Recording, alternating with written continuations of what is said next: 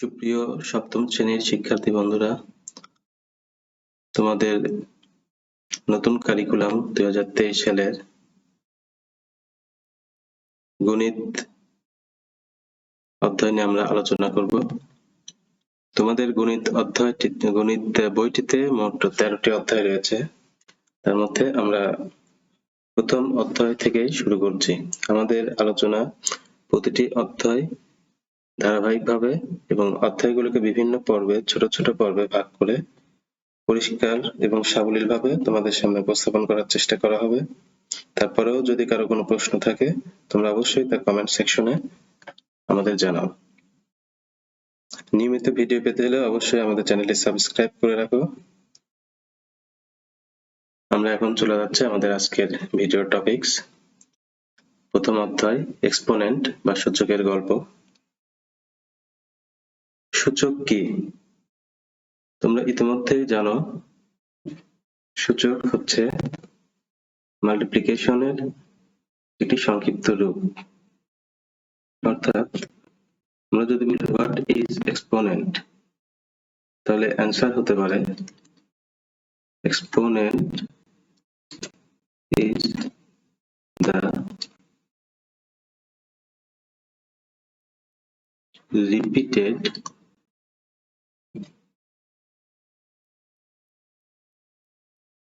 form of multiplication.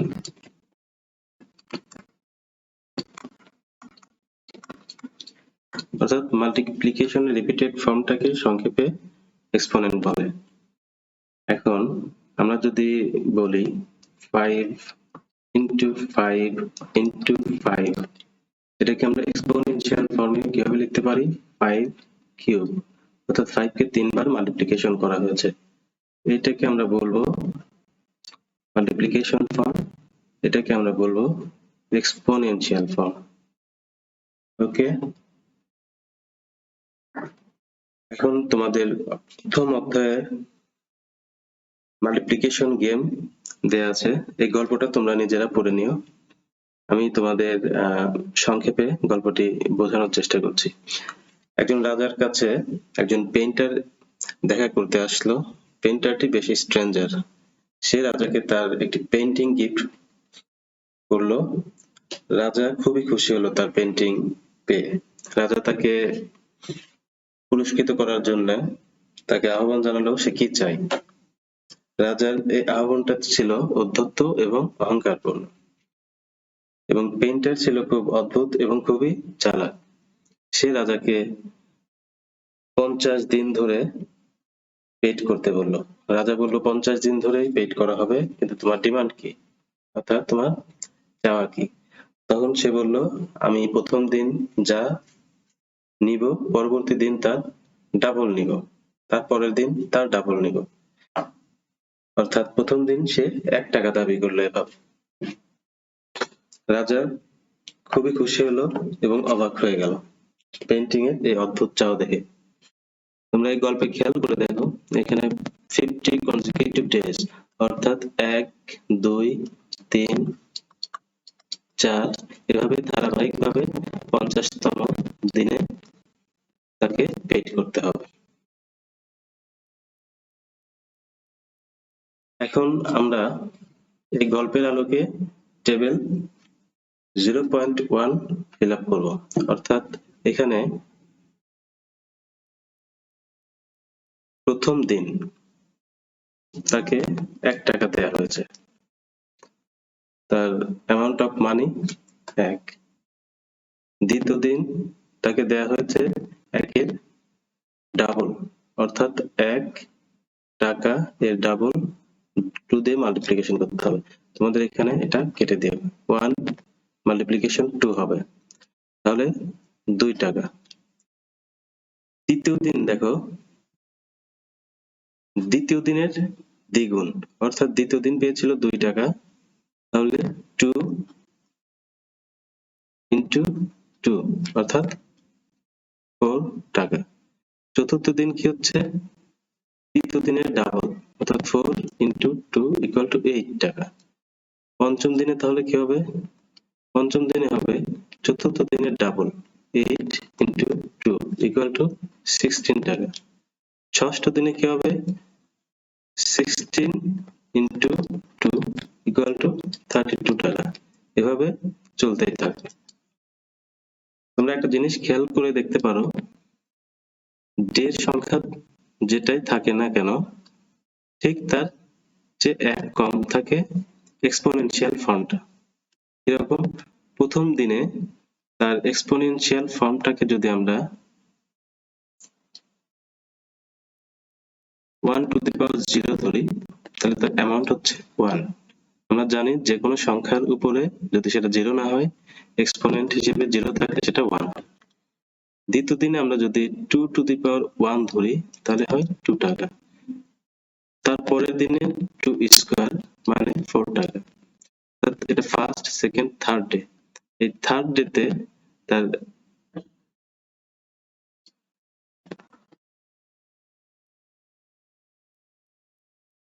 Exponent হচ্ছে 2। এভাবে যদি তোমাকে বলা হয় যে 50তম দিনে সে কত পাবে, 50তম দিনে সে পাবে 2 টু দি পাওয়ার 49 টাকা। অর্থাৎ যে যত হবে ঠিক তার এক কম এক্সপোনেন্ট হবে। বিষয়টি ক্লিয়ার? এবার দেখো the game of paper folding. অর্থাৎ পেপার ফোল্ডিং এর মাধ্যমে বিষয়টিকে আরেকটু পরিষ্কারভাবে বোঝানোর চেষ্টা করা হচ্ছে। তোমরা নিজেদের মতো করে পড়ে নিও, আমি তোমাদের সংক্ষেপে বলার চেষ্টা করছি। একটা পরিষ্কার সাদা A4 সাইজের পেপার তোমরা হাতে নাও।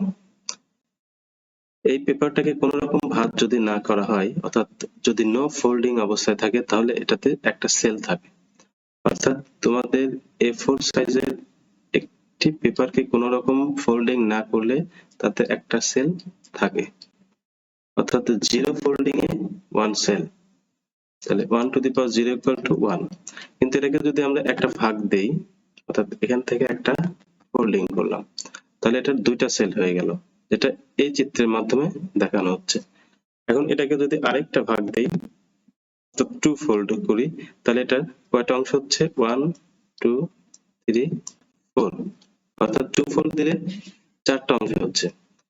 এখানে এই কথাটাই বলা আছে, now fold the paper into 2 equal parts, then open the fold and draw a line along the folding mark. Then how many cells are there with margins on 4 sides? Certainly 2. Again, fold the paper into 2 equal parts in this folding state and draw lines accordingly. Now how many total cells are there? Now do the task 3 more times and fill in the following table 1.1. এখন এই নিয়ম অনুসারে আমরা 1.1 টেবিলটা calculate করব। 1.1 এ কি বলা আছে? Folding number 1। ফোল্ডিং নাম্বার 1 হলে সেল হচ্ছে 2। তোমরা অলরেডি এটা দেখেছো। এই পেপারটাকে যদি আমি একবার ফোল্ড করি তাহলে এর দুইটা অংশ পাচ্ছি, অর্থাৎ 2 সেল। ফোল্ডিং নাম্বার যদি 2 হয়, এটাকে যদি আমি আরেকটা ফোল্ড করি তাহলে টোটাল 1 2 3 4, অর্থাৎ 4টা অংশ পাচ্ছি। তার মানে এটা হবে 2 স্কয়ার।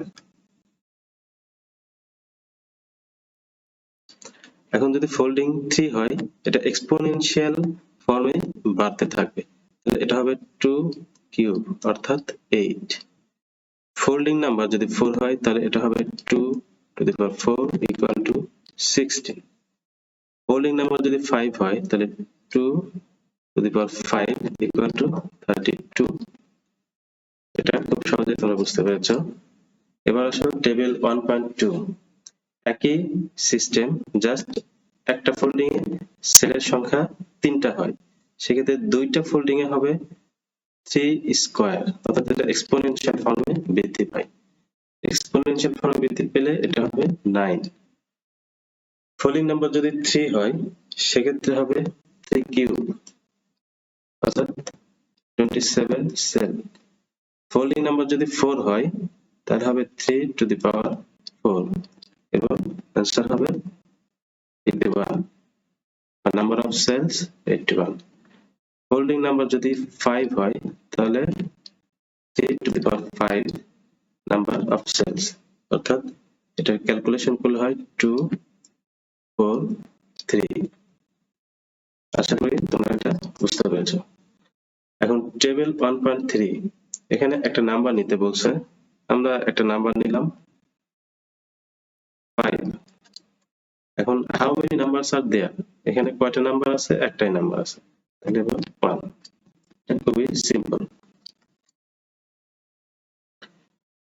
পরে আসা যাক টেবিল 1.4 1.4 এ বলা হচ্ছে তোমাদের বইতে একটু এডিট করে নিতে হবে নতুন বই হিসেবে কিছু প্রিন্টিং মিস্টেক আছে এতে ওরিড হওয়ার কিছু নাই এখানে মাল্টিপ্লিকেশন ফর্ম উইল বি 5 এটা হবে 5 ইনটু 5 এখানেও multiplication form will be 6 into 6 এরকম হবে তোমরা তোমাদের বইতে এডিট করে নিও আচ্ছা এখানে মাল্টিপ্লিকেশন ফর্ম এখানে সূত্র হিসেবে বলা আছে তোমার রোল যদি অড নাম্বার হয় তুমি অবশ্যই নাম্বার হিসেবে 5 নিবা তোমার রোল যদি ইভেন নাম্বার হয় তাহলে তুমি 6 নিবা ধরে নিলাম আমার রোল অড তাহলে আমি এখানে 5 দিলাম 5 ইনটু 5 এর প্রোডাক্ট কত হচ্ছে প্রোডাক্ট হচ্ছে 25 how many numbers are used in multiplication form কয়টা নাম্বার ইউজ হয়েছে একটা দুইটা অর্থাৎ 2 নাম্বারস ওকে এখন টেবিল 1.5 এ দেখো এখানে বলা আছে নাও in the same way multiply 2 Times with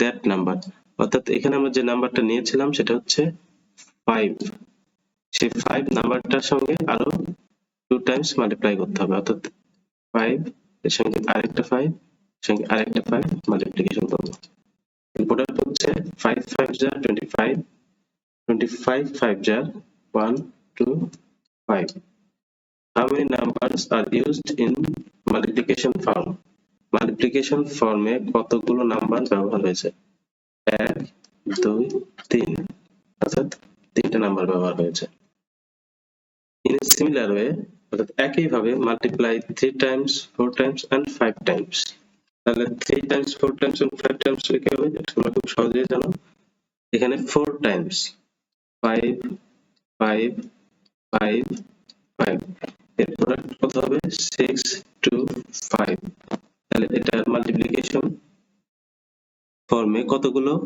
সংখ্যা ব্যবহার করা হয়েছে 4টা 5 ব্যবহার করা হয়েছে 4 এখানে যদি আমরা 3টা 5 ব্যবহার করি তাহলে এখানে হচ্ছে 1 টু 5 প্রোডাক্ট সংখ্যা ব্যবহার হচ্ছে 3 এখানে যদি আমরা 5টা 5 ব্যবহার করি 1 2 3 4 5 তাহলে এখানে আমাদের आंसर হচ্ছে 3 1 2 5 3 1 2 5 অর্থাৎ নাম্বার ইউজ হচ্ছে 5 এটা তোমরা সহজে বাসায় করে নিও এরপরে 1.7 টেবিল করি after completing the table do another task multiply the number 10 times okay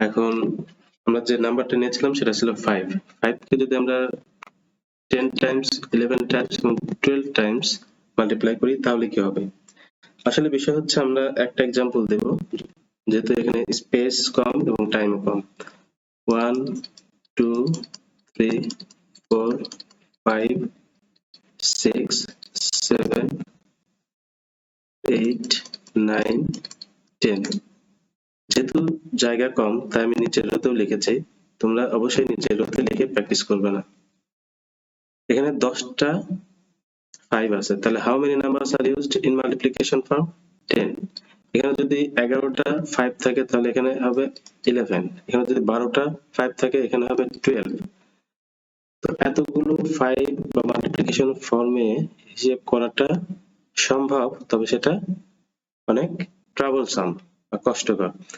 ঠিক এই কারণেই তোমাদের এতগুলো ফাইভ বা এতগুলো মাল্টিপ্লিকেশন ফর্ম করতে বলা হয়েছে, যে এক্সপোনেন্টের সুবিধা কি সেটা তোমাদের বোঝানোর জন্য।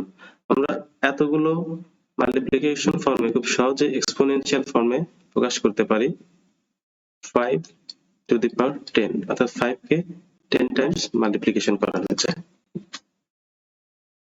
এই টেবিলতে এটাই আমাদেরকে বোঝানো হয়েছে।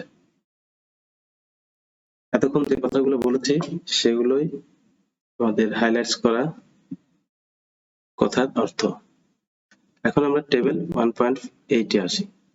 মাল্টিপ্লিকেশন ফর্ম, এখানে তোমরা কেটে দিও, এখানে হবে 10 ইন্টু 10, সবগুলোই 10 ইন্টু 10 ইন্টু 10 ইন্টু 10 এরকম হবে। নতুন বই হিসেবে প্রিন্টিং মিস্টেক। প্রোডাক্ট 10 ইন্টু 10 100, এখানে কয়টা 10 ব্যবহার হয়েছে? দুইটা। New way of product writing, product writing এর নতুন ওয়েটা কি? সেটা হচ্ছে এক্সপোনেনশিয়াল ফর্ম, অর্থাৎ 10 স্কয়ার। এখানে 10 ব্যবহার হয়েছে 3 বার, তাহলে এখানে 10 কিউব, এখানে 4 বার, অর্থাৎ 10 টু দি পাওয়ার 4, এখানে 5 বার, তাহলে 10 two the power 5। New way of product writing. তোমরা আশা করি বুঝতে পেরেছো। এখন টেবিল 1.9 এ দেখা যাক, which was the number taken by you, 5 or 6? আমরা নিয়েছিলাম 5, তাহলে আমরা 5 নাম্বারটা নিয়েছিলাম। মাল্টিপ্লিকেশন ফর্ম, এখন এখানে একটা ক্লু দেয়া আছে আমাদেরকে। How many numbers are used in multiplication form? 2, তাহলে মাল্টিপ্লিকেশন ফর্ম হবে 5 into 5, প্রোডাক্ট হবে 25, তাহলে এক্সপোনেনশিয়াল ফর্ম বা নতুন ওয়ে হবে লেখার 5 স্কয়ার। এখানে একইভাবে হবে 5 into 5 into 5, অর্থাৎ প্রোডাক্ট 1 to 5, তাহলে এটা হবে 5 কিউব। তোমরা এগুলো নিজে নিজে করে নিও, একই বিষয়। এখানে 5 to the power 4, 5 to the power 5, 5 to the power 6. Now think you filled in the table 1.7 multiplying 10 times, 11 times and 12 times, অর্থাৎ আমরা টেবিল 1.7 এ 5 কে 10 times, 11 times এবং 12 times যে মাল্টিপ্লাই করতে বলা হয়েছিল বা আমরা করেছিলাম, সেটা স্মরণ রেখে আমাদের করতে হবে 1.10 টেবিলটা। Which was the number taken by you? অবশ্যই আমরা 5 নিয়েছিলাম। যাদের জোড় সংখ্যা বা ইভেন নাম্বার তারা 6 নিয়ে করবে।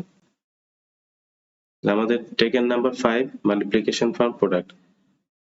আচ্ছা, এখন যদি এখানে 10 টাইমস 5 কে মাল্টিপ্লাই করা হয়, 1 2 3 4 5 6 7 8 9 10, এটা প্রোডাক্ট কত হবে তোমরা ক্যালকুলেশন করে নিও। How many numbers are used in multiplication form? এটা 10 নাম্বারস ইউজড হয়েছে, অর্থাৎ 10টা 5 ব্যবহার করা হয়েছে। New way of product writing, অর্থাৎ new way of product writing হবে 5 to the power 10, একইভাবে 5 to the power 11, 5 to the power 12। আর প্রোডাক্ট গুলো তোমরা বাসায় ক্যালকুলেটর চেপে নিও, সময়ের স্বল্পতার কারণে সবকিছু দেখানো সম্ভব হলো না। আশা করি তোমরা এক্সপোনেন্ট বা সূচকের গল্পের প্রথম অধ্যায়টি বুঝতে পেরেছো। যদি না বুঝতে পারো আমাদেরকে অবশ্যই কমেন্ট লিখে জানাও, আমরা তোমাদেরকে খুব দ্রুত রিপ্লাই দেওয়ার চেষ্টা করব। আজকের মতো এখানেই, ধন্যবাদ।